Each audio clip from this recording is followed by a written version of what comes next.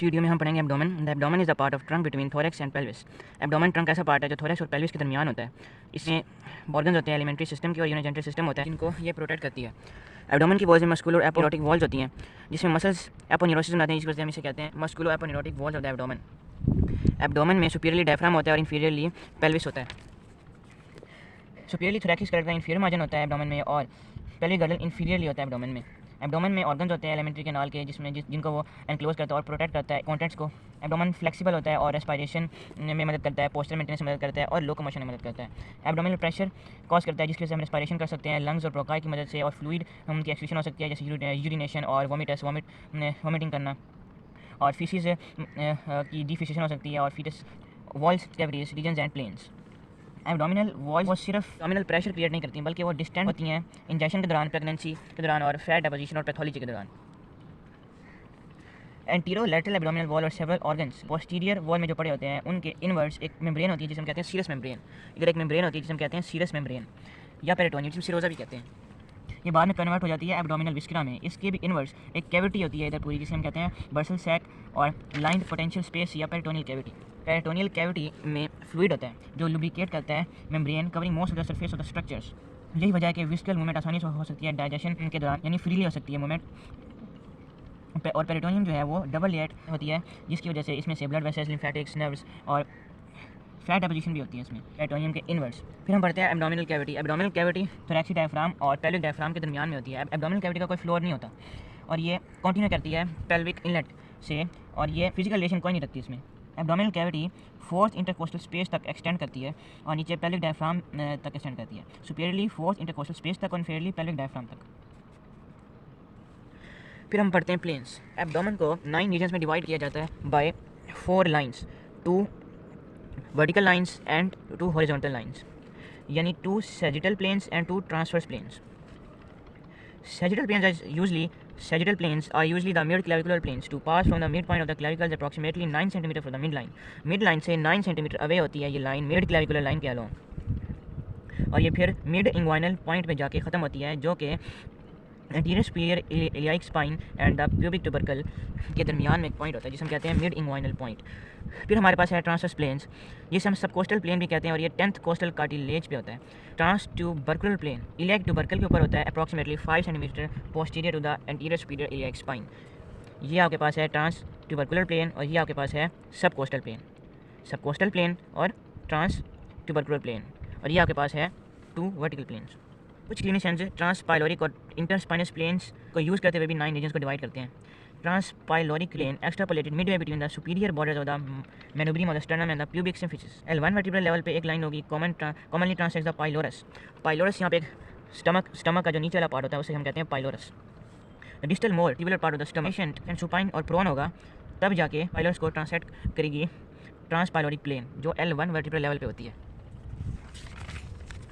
फिर हमारे पास है because the viscera sag with the pull of gravity the pylorus usually lies at a lower level when the individual is standing erect. इन planes की मदद से हम ट्रांसलेट कर सकते हैं इंपॉर्टेंट स्ट्रक्चर्स को, for example fundus of the gall bladder, neck of the pancreas and mesenteric artery, hepatic portal vein, root of the transverse mesocolon duodenojejunal junction and hila of the kidneys. फिर हमारे पास एक और category आती है, third category, वो आती है abdominal quadrants, जिसमें एक होता है ट्रांस अम्बिलिकल प्लेन और एक होता है medial plane. Transumbilical plane upper और लोअर हाउस में डिवाइड करता है एब्डोमेन को, और median plane right and left halves में डिवाइड करता है एब्डोमेन को, जिसकी वजह से हम ऑस्कल्टेट कर सकते हैं, प्रिकस कर सकते हैं और पॉल्पेट कर सकते हैं डिफरेंट ऑर्गन्स को, जैसे कि आप देख सकते हैं इधर। जो थर्ड कैटेगरी है, जैसे कि आप देख सकते हैं इधर, जो फर्स्ट कैटेगरी है वो है सैजिटल और ट्रांसवर्स प्लेन्स।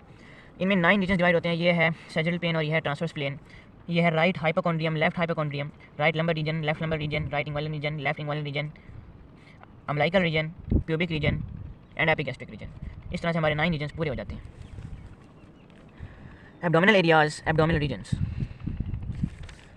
फिर हम पढ़ते हैं abdominal quadrants. Right upper quadrant, left upper quadrant, right upper quadrant, left upper quadrant, right lower quadrant, left lower quadrant. Right upper quadrant में liver, gallbladder, stomach with pylorus, duodenum, parts 1 to 3 pancreas, right suprarenal gland, right kidney, right colic, hepatic flexure, ascending colon, superior part, transverse colon with right half present होते हैं। Left अपर corner में liver, spleen, stomach, jejunum, pancreas, left kidney, left suprarenal gland, इधर right suprarenal gland है, left suprarenal gland है, left colic, splenic flexure, transverse colon और descending colon, और इसका superior part descending colon का प्रेजेंट होता है। राइट लोअर कॉर्नर में caecum, appendix, most of the ileum, ascending colon, फिर part, right ovary, right uterine tube, right ureter, abdominal part, right spermatic cord, abdominal part, uterus if large, urinary bladder if full, यानी uterus जब large होगी तब abdomen में पाई जाएगी, और urinary bladder भी जब फुल होगा तब वो एब्डोमेन में पाया जाएगा। जब वो रिलैक्स स्टेट में होंगे तब एब्डोमेन में इंक्लूड नहीं होंगे। लेफ्ट लोअर क्वाड्रेंट में sigmoid colon, descending colon, left ovary, left uterine tube, left ureter, abdominal part, left spermatic cord, abdominal part, uterus if large, urinary bladder if full. वही पहले वाली बात आ गई इसमें। अब हमारे पास है anterior lateral abdominal wall. Anterior lateral abdominal wall पढ़ने से पहले हमारे पास 3 वॉल्स होती हैं एब्डोमेन की, anterior wall, right and left lateral walls और पोस्टीरियर वॉल। एंटीरियर वॉल और लैटरल वॉल में कोई इतना फ़र्क नहीं होता, क्योंकि जो स्ट्रक्चर्स एंटीरियर एब्डोमिनल वॉल में हैं वही लैटरल वॉल में आगे जा रहे हैं, जिसकी वजह से ये सेपरेट नहीं होते। तो हम इस वजह से इनको एंटीरियर लैटरल एब्डोमिनल वॉल कहते हैं। डेफिनाइट होते हैं एंटीरियर और लैटरल एब्डोमिनल वॉल्स। और उसके बाद इनमें मसल्स और क्यूटेनियस नर्व्स पाई जाती हैं, बोथ में। मसल मतलब कि जो मसल और क्यूटेनियस नर्व्स हैं वो दोनों में होंगी, जिसकी वजह से हम इसे कहते हैं anterior lateral abdominal wall. Anterior lateral abdominal wall extend from the thoracic cage to the pelvis. Anterior lateral abdominal wall thoracic cage से पेल्विस तक एक्सटेंड करती है, from the xiphoid process of the sternum and inferiorly by the inguinal ligament and the superior margins of the anterior lateral aspect of the pelvic girdle। Elec crust होगी, pubic crust होगी और pubic सिफिस होगी pelvic girdle में, जहाँ तक ये extend करेगा anterior abdominal wall. Anterior abdominal wall में सबसे पहले होती है स्किन, उसके बाद होता है सुपरफिशियल फेशिया जिसे हम कहते हैं सबक्यूटेनियस टिश्यू, जिसमें फैट भी होता है, फिर मसल्स होते हैं, और फिर एपोन्यूरोसिस होती है। एपोन्यूरोसिस के बाद फिर हमारे पास होता है डीप फेशिया। डीप फेशिया के बाद होता है extra peritoneal fat and parietal peritoneum. The skin attaches loosely to the subcutaneous tissue. जो स्किन होती है वो लूजली अटैच होती है सबक्यूटेनियस टिश्यू के साथ, एक्सेप्ट द अम्बलाइकस। अम्बलाइकस में ये फेमिनियर लेयर होती है, उसके नीचे 3 मस्कुलर टेंडनस लेयर्स होती हैं इस एक्स्ट्रा पेरिटोनियल फैट के नीचे, जिसे हम कहते हैं 3 प्लाई स्ट्रक्चर्स, और ये सिमिलर है intercostal spaces in the thorax. अब हम पढ़ते हैं fascia of anterior lateral abdominal wall. Fascia में सबसे पहले हमारे पास आएगा सबक्यूटेनियस टिश्यू के नीचे फैट, जो कि फैट स्टोरेज करता है। फैट स्टोरेज मेल्स में लोअर एंटीरियर एब्डोमिनल वॉल में ज़्यादा होती है, मतलब स्पेशली मेल्स में होती है fat deposition in lower anterior abdominal wall. In morbid opacity many inches thick fat appears often forming 1 or more sagging folds। जब मॉर्बिड ओपेसिटी होती है, मतलब बहुत ज़्यादा ओपेसिटी हो जाएगी, तो कई इंचेस का फैट लेयर बन जाएगा, कई इंचेस की फैटी लेयर बन जाएगी, जिसमें फोल्ड भी पैदा हो जाएंगे, जिसे हम कहेंगे sagging folds. Superior to the umbilicus the subcutaneous tissue is consistent with that found in most regions. Inferior to the umbilicus, the deepest part of the subcutaneous tissue is reinforced by elastin and collagen fibers. umbilicus के ऊपर subcutaneous tissue consistent होगा, लेकिन umbilicus के नीचे subcutaneous tissue elastic और collagenous होगा, मतलब elastic collagen fibres का बना होगा। स्किन के बाद हमारे पास सबसे पहले आता है सुपरफिशियल फैटी लेयर, फिर हमारे पास आता है डीप मेम्ब्रेनस लेयर, जैसे कि आप ये देख रहे हैं, ये है स्किन। उसके बाद फिर आता है हमारे पास सुपरफिशियल फैटी लेयर और सबक्यूटेनियस टिश्यू कैंपर्स फेशिया। ये हमारे पास आता है superficial fatty layer, campus fascia. फिर उसके बाद हमारे पास आता है कैंपस फेशिया के बाद स्कार्पा फेशिया। स्कार्पा फेशिया होता है डीप मेम्ब्रेनस लेयर। 2 लेयर होती है हमारे पास स्किन के नीचे, एक होती है सुपरफिशियल फैटी लेयर, उसके बाद होती है deep membranes layer. Superficial fatty layer, campus fascia, deep membranes layer, स्कार्पा fascia. Deep membranes layer स्कार्पा fascia extend होगा इंफीरियरली, और उसको हम कहेंगे कोलिस फेशिया, जो थाइस तक जाएगा but not into the thighs. Colles fascia के बाद हमारे पास आता है investing fascia, superficial fascia, intermediate fascia of investing layer, जो कि इनर साइड्स ऑफ मसल्स को इन्वेलप करती हैं और एक्ट करती है as an epimysium. Investing fascia होता है वो थिन होता है और वो मसल्स को इन्वेलप करता है इनसाइड से। उसके बाद फिर हमारे पास एंडो एब्डोमिनल फेशिया आता है, जो कि मसल्स के जो 3 लेयर होती है उनके बाद आता है, और वो पूरी एब्डोमिनल कैविटी को इनवर्ड्स इन्वेलप करता है, और ख़ास एरिया जहाँ पे ट्रांसवर्सस एब्डोमिनल लाइंड होगा एंडो एब्डोमिनल फेशिया से, उसको हम कहेंगे ट्रांसवर्सैलिस फेशिया। ट्रांसवर्सैलिस फेशिया के बाद आएगा पेराइटल पेरिटोनियम। पेराइटल पेरिटोनियम का फंक्शन मेनली जो है वो है supporting connective tissue. Parietal peritoneum single layer of epithelium होती है ट्रांसवर्सैलिस फेशिया के बाद। ये इंपॉर्टेंट क्वेश्चन है, ये टीचर पूछते हैं अक्सर। उसटोनियल फैट। अब हम पढ़ते हैं muscles of anterior lateral abdominal wall. Anterior lateral abdominal wall में 5 मसल्स होते हैं, 3 फ्लैट मसल्स होते हैं, 2 वर्टिकल मसल्स होते हैं। तो 3 फ्लैट मसल्स हैं वो है एक्सटर्नल ऑब्लिक, इंटरनल ऑब्लिक और ट्रांसवर्सल एब्डोमिनस। और जो 2 वर्टिकल मसल्स हैं वो है रेक्टस एब्डोमिनस, जो लार्ज होता है, और स्मॉल पैरामेडालिस होता है। आउटर 2 लेयर्स होती हैं, सुपरफिशियल जो लेयर्स होती हैं, आउटर 2 लेयर्स वो दो मसल्स ऑक्यूपाई करती हैं, एक्सटर्नल ऑब्लिक मसल होता है एक, और एक होता है internal oblique muscle. Deep layer running transversely जो होती है वो उसमें होता है ट्रांसवर्सस एब्डोमिनस। ये तीनों मसल शीट बनाते हैं, मिड क्लेविकल लाइन पे आके ये एपोन्यूरोसिस करते हैं और वहाँ पे इरेक्टर शीट बनाते हैं, और फिर मिड में आके ये बनाते हैं लीनियर एल्बा, जिसे हम रैफ भी कहते हैं। और लीनियर एल्बा जीफॉइड प्रोसेस से प्यूबिक सिम्फिसिस तक extend करता है। Decussation and interweaving of aponeurotic fibers here is not only between right and left sides but also between superficial and intermediate and deep layers। मतलब कि सिर्फ ऊपर से superficially ये इंटरव्यू नहीं करते तीनों मसल, बल्कि ये इनवर्स भी करते हैं, जिसकी वजह से लीनियर एल्बा अंदर तक प्रेजेंट होता है। अब हम पढ़ते हैं external oblique muscle. External oblique muscle सबसे सुपरफिशियल मसल होता है और लार्जेस्ट मसल होता है, जिसकी 2 लेयर्स होती हैं जो डीप लेयर्स होती हैं, और कोस्टल ओरिजिन इलियाक क्रस्ट, और इसकी जो ओरिजिन होती है वो होती है कोस्टल ओरिजिन, और इंसर्शन होती है इलियाक क्रस्ट पर। इसका जो ऊपर वाला पार्ट होता है वो होता है फ्लैशी, मतलब जो एपोरोसिस नहीं करता।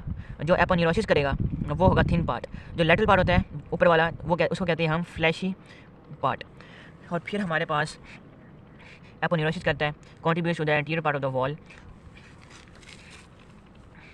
इसकी डायरेक्शन के बारे में अगर हम बात करें तो इसकी डायरेक्शन होती है इन्फीरो मीडियली। जैसे हमने पॉकेट्स में हाथ डाले हों स्वेटर में, जिस तरह हमारी हार्ट की डायरेक्शन होती है उसी तरह इसकी डायरेक्शन है इन्फीरियो मीडियली। मिड क्लेविकल लाइन पे स्पाइनो अम्बिलिकल लाइन बनाता है जो कि एक्सटेंड होती है एंटीरियर सुपीरियर इलियाक स्पाइन पर।